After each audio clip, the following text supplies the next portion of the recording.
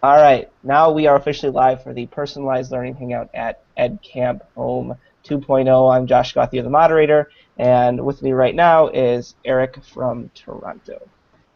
It's great to be So, here. yeah, feels so official. Okay, so you can continue now what you were saying before because it sounds very interesting, and I want to make sure it got recorded. Yeah, of course. So I was just telling Josh about the school that I work at, which is a so-called Center for Self-Directed Learning. The idea that students learn best when they're in charge of their own learning. Now, this is going to change our approach as teachers, right? Because suddenly now it's not just us saying, here's what you need to learn, but rather, what is it that interests you the most? So, when you talk about self-directed learning, really what you're talking about is personalized learning. It's really giving credit, giving credence to where the student is at, what they're interested in, what their strengths are. The big question is, well, how do you then take it from there? How do you adjust? And it looks like Larry has just joined us. Oh, Hi, good. Larry. See, I think it's still in the joining phase. Mm-hmm. So it'll pop up soon here. Good. Hello, Larry. Hi, sorry it took me a little while to get here. Oh, no Since, problem. It took me a while too. I was actually taking the longest time because I didn't even see where they put the list of people. So, welcome, Larry. I'm Josh Gauthier. I'm moderating this session on personalized learning, and I teach business education in Denmark, Wisconsin. So, tell us a little about you. I do professional development for Arlington Public Schools in Arlington, Virginia, right outside of D.C., and I've been guiding cohorts of teachers through the blended classroom 8-week course that we've set up to help them learn to use our content management system and blend and flip and move toward a fully virtual class where appropriate. So a lot of personalized learning involved there. Very cool. Eric was just in the middle of something. We'll let him continue here, talking about his school and kind of their mission for making learning personalized for students and self-directed. So I'm going to let Great. him continue here. Yeah. Well, no, thanks, Josh. I gave my spiel. I'm interested in what Larry just mentioned about blending and flipping and doing all of that cool stuff. And I was wondering, Larry, um, what what do you see as being the main connection between flipping your classroom uh, and personalizing programming? So what's the connection between those two things? Well, I know for me and the teachers I work with, the aspect of flipping that allows for a large degree of differentiation and personalization is the understanding that you gain about where each student is, and then being able to develop um, links that are libraried in your content management system that you can either move the student back to some foundational material to help get them up to speed with the kind of the midpoints, or that the extension possibilities for basically any content, as long as the teacher has a well-developed library of digital resources, it's relatively easy to then guide each student in the direction that's going to help them move forward from wherever. Yeah, that makes sense. Cool.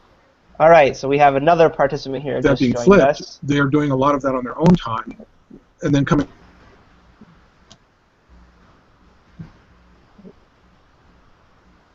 Kind of cutting in and out there. Yeah, some connectivity issues. A lot of discussion when they're either in the face or in the synchronous.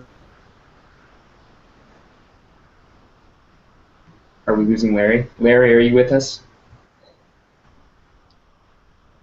All right. Not sure. All right, well, I'll take this time then. Well, we have a blank point here to just introduce Aaron. Aaron, thanks for joining us. Can you tell us a little bit about yourself? Absolutely. Hi, I'm Erin Gravener. I teach 7th grade math and science in Wisconsin. I.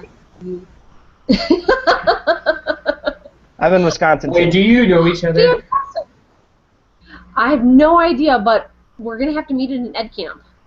Probably. So I have a really unique classroom in that I have an ELL 7th grade classroom. I also have one-to-one iPads, so it's pretty Okay, fun. cool. All right. So so far we also have Eric here, and we have Larry. And Eric teaches at a school where that's actually their mission is to kind of be student directed, personalized. And then Larry was talking about their content management and blending and moving towards personalization using that. Did I sum you guys up correctly there? Yeah. All right. And my interest in proposing the session and moderating it is I did something that I call personalized learning. I don't know if it was in one of my classes, but I had the 7th grade computer applications class. I teach business education. And the problem I was having was students would come in with a wide variety of skill sets with it. Oops, sorry, what was that? No, I heard a little bit of noise. Okay. Students were coming in with a wide variety of skill sets, and I just found that trying to go through it with everybody at the same time was just not working. So because of all these screencasts I had made over the course of my first year and a half, I had pretty much everything I taught recorded. So what I was able to do is set up a course where students had the specific skills they needed that I thought they needed to show throughout the course of the term. And they could just go in, watch the videos if they needed to, demonstrate the skill in some way, and then prove they had that mastered, and then move on to the next one. And they could do that in any pace that they wanted to. And that was great because, one, they could choose what they wanted. Two, they could choose the projects they could do to demonstrate the skills. So if they needed to do something for science class, they could do something for science class while showing the skills they needed in my class. And if they wanted to do something that was just cool for them, if they liked ponies, they could do something on ponies, and that would be the way they showed their project. So it was a really neat experience. It was a tough grade, and a lot of them had behavior problems in their classes. I had none in my class, so I thought it was successful for most students, and also getting them to the point where they are more self-directed. They have to find the resources. They can't depend on me to feed them everything. Sounds good, Josh. Are you guys able to hear me okay? Yep. Because I noticed that my video is lagging, at least on my end, but that doesn't matter so much if you're able to hear me all right. Aaron, am I coming through? Yeah, I can hear you just fine. Perfect. Yeah, you sound good. Josh, it sounds fascinating, and it sounds really similar to what's happening at our self-directed learning center. There's always a risk at our particular school where we almost kind of fall back into traditional patterns of school. So whereas we say, okay, you guys are in charge, here's grade 9 business, go for it. That's how it should be, but the reality is that often we still do impose a lot of the same barriers that make it not personalized. So we still expect them to do a unit on mortgages. We still expect them to do a unit on resume building. But what you propose sounds exactly like what you're trying to aim for when it comes to personalized learning. Okay, look, guys, here is a variety of cool projects that you can undertake. I'm not going to tell you which one to do. You're going to do the one that you're most naturally attracted to, so long as you do one to start with, and I'm going to be there in case you have any questions. To me, I think that's what personalized programming, personalized learning looks like. It's saying, okay, here's what's available to you, here are the resources, go. And know that, I'm always there if you have a question. Absolutely. Aaron, we'll give you a chance here. So what is your reasoning, I guess, for jumping into this session for personalized learning? My reason was generally that my district is trying very, very hard to jump into personalization, and I just don't feel like I have the tools yet. We don't have a very large cache of resources, so I feel like I'm kind of out there on my own, so I'm just looking for ideas and resources and motivating tools. I have found when I started with personalization, I thought my kids would jump into it and love it. I honestly thought they would be very excited, but I have a lot of reluctance and a lot of kids saying, can you just get up in front and teach us? And I'm horrified. I'm absolutely horrified by this. So I'm just trying to look for ways that maybe other people have helped their kids move past that, because, you know, I've got a very traditional class. They've never jumped into personalization, and so I'm trying to inch them forward without having them feel like they're falling off a cliff, but I think right now my kids feel like they're falling off a cliff. Aaron, if I could just jump in here. Sorry, Josh.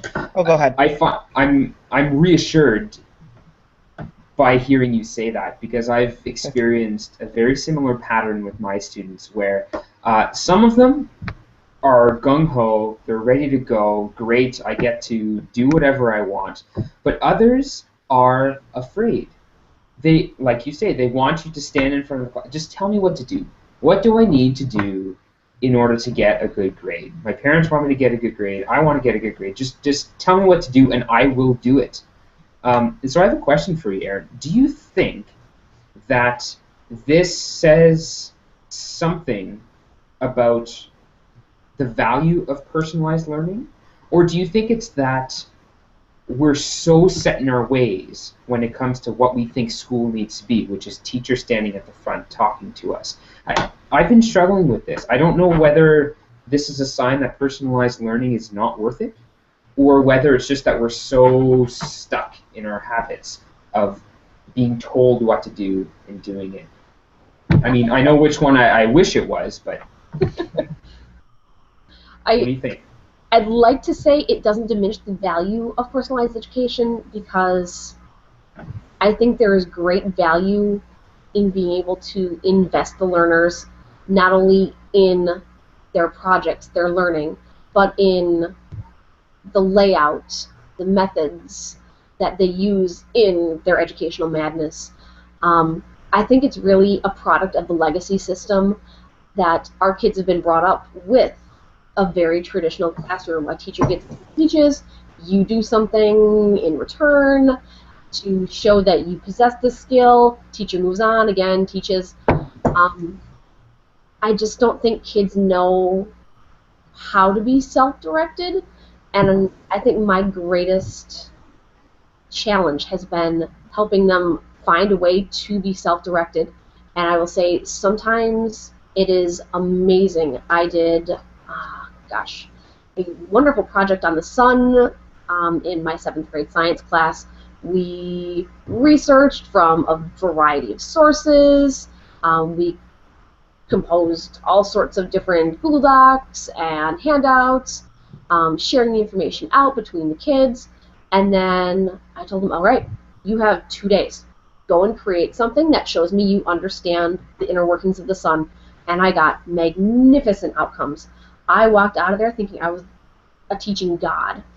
And then I went and I tried something similar in another science unit, and it bombed. I got 30 god-awful posters that showed me my kids knew nothing. So it's really, I'm trying not to feel like it's a sink or swim kind of model, and I'm trying to take baby steps, and I'm just not sure where to tiptoe next. Sure, I mean, that's completely understandable, and I think that's where some of the reluctance comes in, because it isn't always clean. Sometimes it's messy and sometimes it doesn't look good. And the concern is, I think, for a lot of teachers, that's going to reflect poorly on them if they try doing something like that, and then, oh no, they're not covering all of these standards. I mean, I think for especially the core teachers, when you have your English and your science and you're getting all the Common Core coming in now, I think there's been so much pressure that I know the teachers I work with feel so reluctant to want to try anything new because they've got all these things to cover. And I think with personalized learning, you realize that the more important things are those intangible skills, the ability to self-learn and be self-directed and come up with your own ideas of how you're going to demonstrate something. Because at any point in life they can learn certain things. And I know this is not true for every level of learning, but for most levels, getting them to just work on those skills, they're going to get most of what they need to know, but they're going to, more importantly, I believe, learn how to be self-directed. Because right now I don't think we do a lot of that. I think a lot of it's fed to them with little or no. Like, they don't see the value because there's no like realistic tie-in for them. Like, it's not connecting to their life, and there's nothing that happens to it other than the teacher grades it and that's over. True. I couldn't agree more. All right, so we have about 2 minutes, and I know Aaron, you had asked about some kind of like practical tips of where to go next. So I know Larry was talking about he had a content management system that they were using. I don't know, do you use something like that, like a My Big Campus or an Edmodo? I do use Edmodo. Okay. My students don't love navigating through Edmodo, so I've been looking for just ways to organize it so that they can better find information and really connect. I'm thinking of using just a Google community possibly, because my students are much more familiar and much more comfortable with Google than they are with Edmodo. Okay, cool. I know for me, like the biggest tools I use My Big Campus as my LMS, which I could put the videos in and connect those with what I needed them to do. And once again, I had a term. It was a smaller slice, so I think it was a little bit simpler for me to pull it off in my area. But I had them use Google Sites for portfolios as their demonstration, so that's where they would put their demonstrations. And then, I just made a lot of screencasts for them, using like Screencast-O-Matic, Screener.com were big ones for me too. Mm-hmm. And then the last thing, go ahead. After you. The last thing. And then the last thing I'm adding, I'm actually, I had a weird position this year where I was at the high school at the first half of the year, and I'm going back to the middle school to teach this class again. And I made some changes to it. And one of the things I'm going to try is gamification with it, or gamification. So I'm adding in now not just they're completing the standards, but they get experience points based on the difficulty that I've determined. And we've got this overall goal that we've got this guy, we've got to improve our skills so we can overthrow and bring peace back to the land, and they can get different attribute points. And I don't know how it's going to work, but I'm going to try it. So. Sounds cool. That sounds great. So motivationally, hopefully that'll get more into it. Aaron, do you think you can put up your Twitter handle? I don't know if I'm following you yet, but in the chat. Yeah, why don't we share that as we wrap up here? Sure. Absolutely. And as we do that, I will say too that Aaron, I've tried both Edmodo and Google Drive, and I get similar reactions from my students than yours. Some of them are fine with navigating it, but on the whole, it's kind of a chore. So these are all universal struggles for educators who are trying to personalize, it seems. But we'll get there. We'll get there. It's always nice to hear that other people are experiencing the same things, because you hear about the success stories and it's like, I'm not one of them. At least Exactly.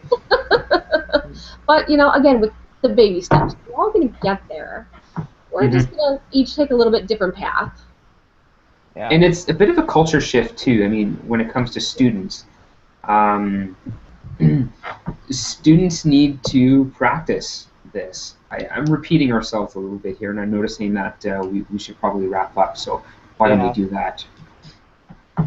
So if you guys want to share your Twitter handles like verbally, so if anybody's watching or watches this later, they can follow you. I shared mine, and I see Aaron just shared hers in the chat. So Eric, I don't know if you want to throw yours out there too. Sure, and it should be. Go ahead.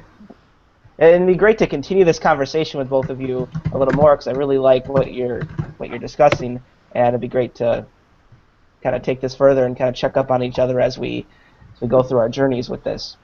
And you were the first two people I've met from Wisconsin. All right. Sweet. All right, so I'm the state proud. Yeah, I hope so too. I often convert with people from Canada, which is weird. I guess we feel at home, seeing as it's going to be like -30 here next week. So. Yeah, it's. I was about to say it's not so bad, but it's pretty bad. All right, well, we'll go ahead and wrap it up. Thanks for joining us, and I know Larry jumped in too, and he was having some video problems. So thanks to Larry too for jumping in. great conversation. Feels like it just flew. Now it's time to move on to the next one. But we got to work, and that was awesome, and I enjoyed meeting both of you. It's been fantastic. Thanks, gentlemen. Take care, guys. All right.